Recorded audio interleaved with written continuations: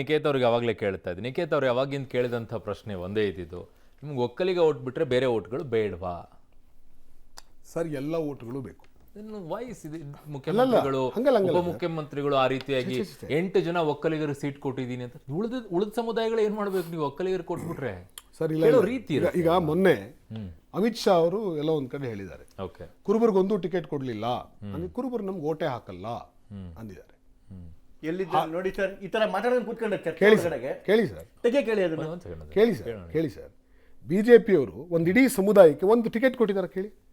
ಅಮಿತ್ ಶಾ ಹೇಳಿದಾರಂತ. ಅಲ್ಲ ಆಯ್ತು ಸರ್, ಈಗ ಈ ರೀತಿ ಅತಿ ಸುಳ್ಳು ವಕ್ತಾರರಾಗಿ ಅತಿ ಅತಿ ಸುಳ್ಳು ಹೇಳ್ಕೊಂಡು ನೀವು ಮಾತಾಡಬೇಡಿ ಅಂತ ಹೇಳಿದ್ರೆ ಸ್ವಲ್ಪ ವಿಚಾರದಲ್ಲಿ ಅಮಿತ್ ಶಾ ಅವರು ಯಾವಾಗ ಮಾತಾಡಿದ್ರು?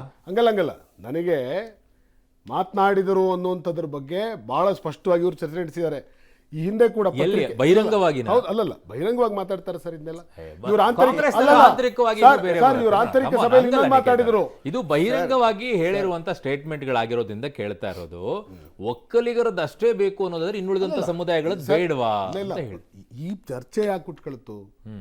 ಪ್ರತಾಪ್ ಸಿಂಹ ಎಂಬುವಂತಹ ಒಬ್ಬ ನಾಯಕ ಅವ ಒಕ್ಕಲಿಗನೇ ಅಲ್ಲ ಅನ್ನುವಂಥ ಅಪಪ್ರಚಾರವನ್ನು ಏನು ಶುರು ಮಾಡಿಕೊಂಡ್ರು ಇವ್ರ ಬಗ್ಗೆ, ನಮ್ಮ ಕ್ಯಾಂಡಿಡೇಟಿನ ಬಗ್ಗೆ, ಅದನ್ನ ಡಿಫೆಂಡ್ ಮಾಡ್ಕೊಂಡಿದ್ದಾರೆ ಸರ್. ಇಲ್ಲ ನಾವು ಒಕ್ಕಲಿಗರಿಗೆ ಟಿಕೆಟ್ ಕೊಟ್ಟಿದೀವಪ್ಪ, ಅವ್ರು ಸುಳ್ಳು ಹೇಳ್ತಾ ಇದ್ದಾರೆ, ಒಕ್ಕಲಿಗರಿಗೆ ಕೊಟ್ಟಿದೀವಿ, ನೀವು ಓಟ್ ಹಾಕಿ ಅಂತ ಹೇಳ್ತಾ ಇದ್ದಾರೆ. ಅಷ್ಟೇ ಅಷ್ಟೇ ಚಂದ್ರಶೇಖರ್ ಅವರು ಅದನ್ನ ಯಾಕೆ ಇಷ್ಟೊಂದು ನೀವು ಯಾಕೆ ಅಷ್ಟೊಂದು ಮೈಗೆ ಹಚ್ಕೊಂಡು ಪರಪರ ಕೆರ್ಕೊಳ್ಳುವಂತ ಪರಿಸ್ಥಿತಿಗೆ ಬರ್ತಾ ಇದೀರ ನೀವು? DCM DK ಶಿವಕುಮಾರ್ ಅವರು KPCC ಅಧ್ಯಕ್ಷರು ನೆನ್ನೆ ಮಾತಾಡೋದು ಅವರು 8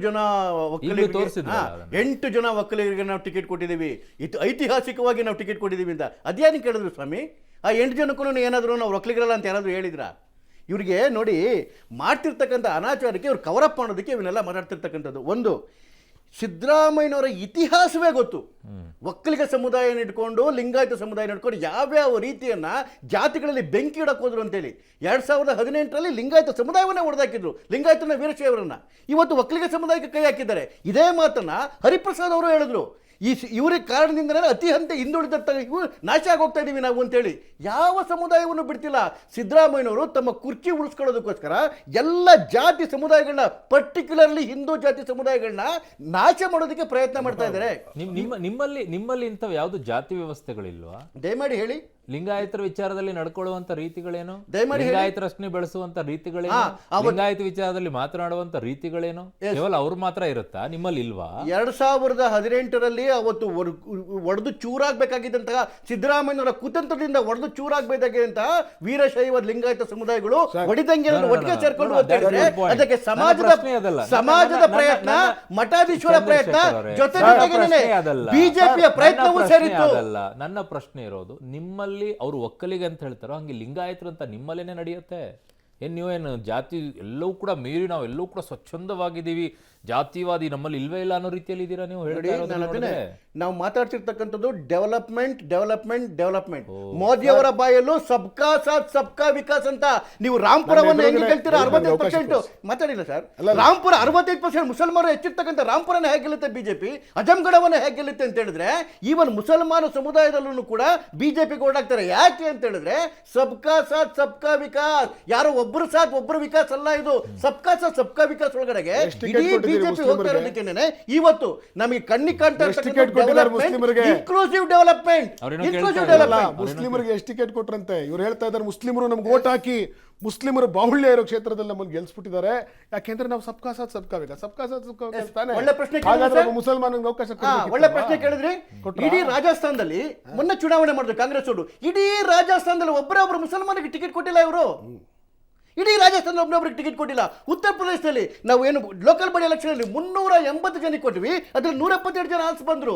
ಸುಮಾರು 393 ಲೋಕಲ್ ಬಾಡಿ ಎಲೆಕ್ಷನ್ ಮಧ್ಯಪ್ರದೇಶದಲ್ಲಿ ಕೊಟ್ಟಿದೀವಿ, ಕೊಡ್ತಾ ಬರ್ತಾ ಇದೀವಿ. ರಾಜಸ್ಥಾನ ಯಾಕೆ ಒಂದು ಚರ್ಚೆ ಬರ್ತಾ ಇತ್ತು. ನನಗೆ ನಿಕೇತ್ ಅವರು ಉತ್ತರ ಕೊಡಬಹುದು ಅನ್ಸುತ್ತೆ ನನಗೆ. ಅದಕ್ಕೆ ಗಂಗಾಧರಮೂರ್ತಿ ಒಂದೇ ನಿಮಿಷ ತಗೊಳ್ತೀನಿ.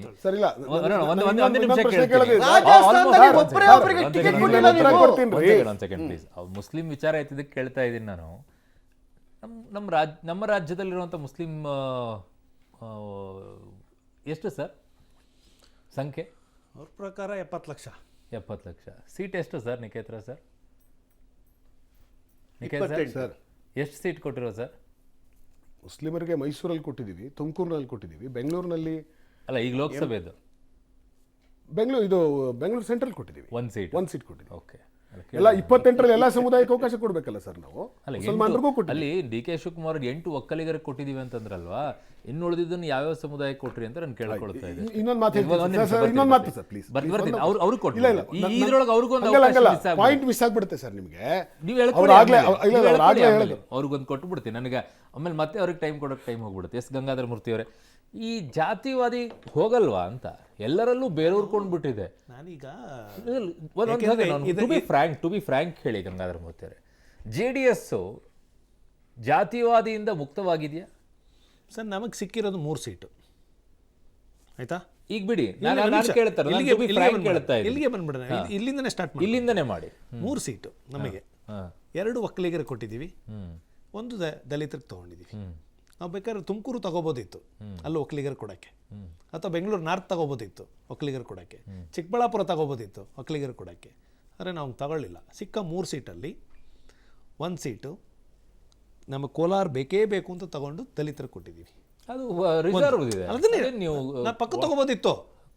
ಅಲ್ಲ, ನಾವು ಬೇಡ ಕೋಲಾರ, ಇಲ್ಲ ನಿಮಿಷ, ನಮಗೆ ಬೇಡ ಕೋಲಾರ, ನಾವು ಒಕ್ಕಲಿಗರನ್ನೇ ನಿಲ್ಸ್ಕೊಂತೀವಿ ಅಂತ ಹೇಳಿ ತುಮಕೂರು ತಗೋಬೋದಿತ್ತು, ಬೆಂಗಳೂರು ಗ್ರಾಮಾಂತರ ತಗೋಬೋದಿತ್ತು, ಬೆಂಗಳೂರು ನಾರ್ತ್ ತಗೋಬೋದಿತ್ತು ನಾವು. ಮಂಡ್ಯ ಹಾಸನ, ಮೈಸೂರು ತಗೋಬೋದಿತ್ತು. ಮಂಡ್ಯ ಹಾಸನ ಯಾಕೆ ತಗೊಂಡ್ರಿ?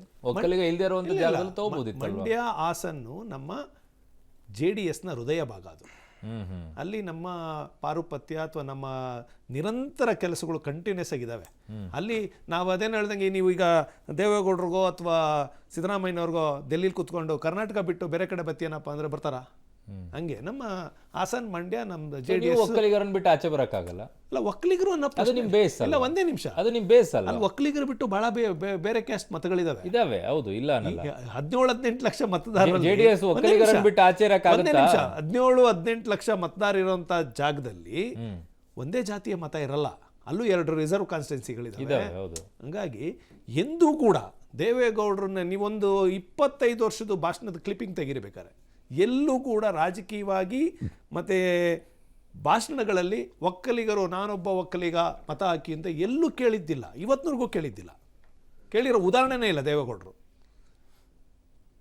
ಸಮಾಜದ ಸಭೆಗೆ ಬಂದ್ರೂ ಕೂಡ, ನನ್ನ ಲೈವ್ ನೋಡಿರೋದು, ಸಮಾಜದ ಸಭೆಗೆ ಬಂದ್ರೂ ಕೂಡ ಒಕ್ಕಲಿಗರನ್ನ ಉರ್ದುಂಬಿಸಿ ಬೈದ್ಬಿಟ್ಟು ಹೋಗ್ತಾರೆ ಹೊರತು ನೀವೆಲ್ಲ ನನ್ನ ಜೊತೆ ನಿಂತ್ಕೊಳ್ಳಿ ಅಂತ ಯಾವತ್ತೂ ಕೇಳಿಲ್ಲ. ಪೆನ್ನು ಪೇಪರ್ ಕೊಡಿ ಅಂತ ಯಾವತ್ತೂ ಕೇಳಿಲ್ಲ. ಪೆನ್ನು ಪೇಪರ್ ಕೊಡಿ ಅಂತ ಯಾವತ್ತೂ ಕೇಳಿಲ್ಲ. ಆ ಸಮಾಜದಲ್ಲಿರ್ತಕ್ಕಂಥ ತಪ್ಪುಗಳನ್ನ ಸರಿಪಡಿಸಿ ಎದ್ದಾಚೆ ಹೋಗ್ತಾರೆ ಹೊರತು ಯಾವ ಕಾರಣಕ್ಕೂ ಕೇಳಲ್ಲ. ನಾನು ಇನ್ನೊಂದು ಗಮನಿಸಬೇಕಾದಂಥ ಅಂಶ, ಈಗ ಮಾನ್ಯ ಸಿದ್ದರಾಮಯ್ಯನವ್ರ ಬಾಯಲ್ಲಿ ಈ ಥರದ ಜಾತಿ ರಾಜಕಾರಣ ಪ್ರಾರಂಭ ಆಗಿದ್ದೇ ಈಗ. ಮೊದಲೆಲ್ಲ ಅವ್ರು ನನಗೆ ಗೊತ್ತಿದ್ದಂಗೆ ಬಹಿರಂಗವಾಗಿ ಜಾತಿ ರಾಜಕಾರಣನ ಮಾಡ್ತಿರ್ಲಿಲ್ಲ. ಒಂದು ಮಾಡೋರು ಯಾವಾಗ್ಲೂ ಅಹಿಂದ ರಾಜಕಾರಣ ಮಾಡೋರು. ನಾನು ಅಹಿಂದ ವರ್ಗದ ಪರ ನಿಲ್ತೀನಿ, ಅದು ಅವರ ಟ್ರೇಡ್, ಅದು ಅವರ ಅಲ್ಲಿಂದನೇ ಬೆಳೆದು ಬಂದವರು ಅದು ಮಾಡ್ತಾರೆ, ಅದು ಮಾಡಿದ್ದಾರೆ. ಬಟ್ ಆದರೆ ಇಂಡಿವಿಜುವಲ್ ಆಗಿ ಒಂದು ಜಾತಿ ಇಟ್ಕೊಂಡು ಮಾತಾಡಿದ್ದನ್ನು ನಾನು ಎಲ್ಲೂ ನೋಡಿಲ್ಲ. ಈವನ್ ಕುರುಬರ ಸಮಾವೇಶದಲ್ಲೂ ಅವರು ಕೂಡ ನನಗೆ ಶಕ್ತಿ ತುಂಬಿ ನಾನು ಇಂಥವನು ಹೇಳಿಲ್ಲ. ಆದರೆ ಇವತ್ತು ನನಗೆ ಆಶ್ಚರ್ಯ ಆಗ್ತಾ ಇರೋದಕ್ಕೆ ನಾನು ಅವ್ರನ್ನ ಹತ್ರದಿಂದ ಬಲ್ಲೆ. ಅವರು ಇವತ್ತು ಜಾತಿ ಹಿಡಿದು ಮಾತಾಡ್ತಿದ್ದಾರೆ ಅಂದರೆ ನನಗನ್ನಿಸ್ದಂಗೆ ಕಳೆದ ಬಾರಿ ಚಾಮುಂಡೇಶ್ವರಿ ಚುನಾವಣೆಯಲ್ಲಿ ಅವ್ರಿಗಾದಂಥ ಸೋಲು ಮತ್ತೆಲ್ಲೋ ಏನೋ ಎಫೆಕ್ಟ್ ಆಗ್ಬಿಡುತ್ತೆ ಅನ್ನೋದು ಒಂದು ಭಯ. ಎರಡನೇದಾಗಿ ಇನ್ನೊಂದು ನನ್ಗೆ ಅನ್ಸಿರೋದು ಏನು ಅಂದ್ರೆ, ಒಂದೇ ನಿಮಿಷ, DK ಶಿವಕುಮಾರ್ ಅವರು ತಮ್ಮ ಗ್ರಾಮಾಂತರ ಕ್ಷೇತ್ರನ ಎಷ್ಟು ಪ್ರತಿಷ್ಠೆಯಾಗಿ ತಗೊಂಡಿದ್ದಾರೋ, ಮೊನ್ನೆ ಸಿದ್ದರಾಮಯ್ಯನವರು ಕೂಡ ಮೈಸೂರನ್ನ ಅಷ್ಟೇ ಪ್ರತಿಷ್ಠೆಯಾಗಿ ತಗೊಂಡಿದ್ದಾರೆ. ಯಾಕೆಂದ್ರೆ ತಾನು ಮುಖ್ಯಮಂತ್ರಿಯಾಗಿ ಮೈಸೂರು ಜಿಲ್ಲೆಯಲ್ಲಿ ಸೋತ್ರೆ ಇಡೀ ದೇಶಕ್ಕೆ ಮೆಸೇಜ್ ಪಾಸ್ ಆಗತ್ತೆ ಅನ್ನೋ ಕಾರಣಕ್ಕೆ ಈ ರೀತಿಯ ರಾಜಕೀಯ ಮಾತುಗಳನ್ನು ಆಡ್ತಿದ್ದಾರೆ.